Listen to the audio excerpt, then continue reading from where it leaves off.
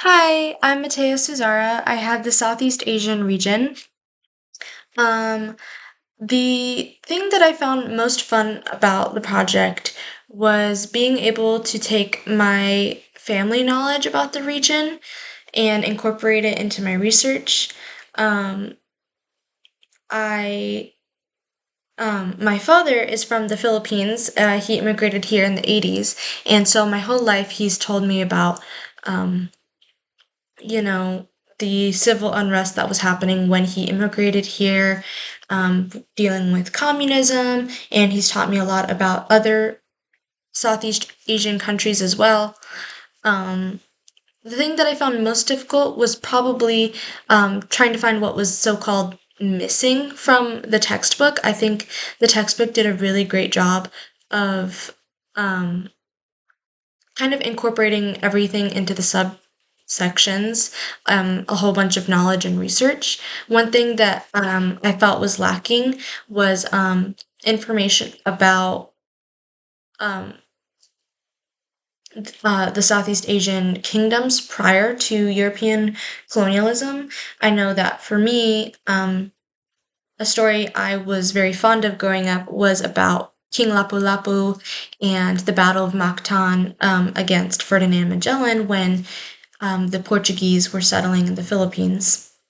So I think more research about that was what I found the most lacking.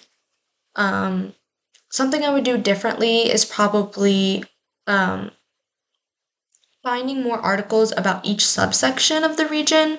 So, for example, an article about the cultures, an article about religion, an article about um, economics and geopolitics, and so on.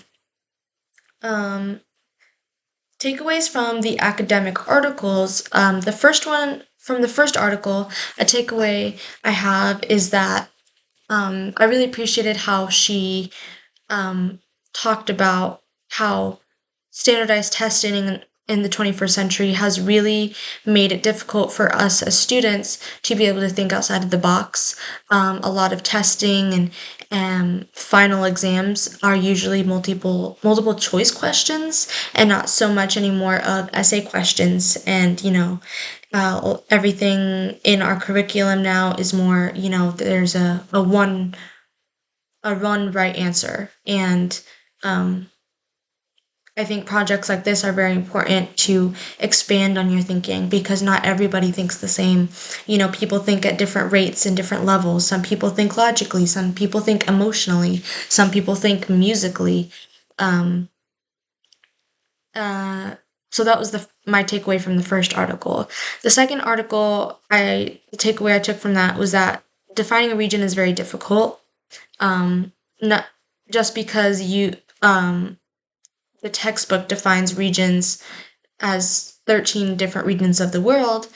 Um, Different people may define them as in different categories. For example, um, if this textbook, Geography of a Changing World, if it says that you are in the Southeast Asian region,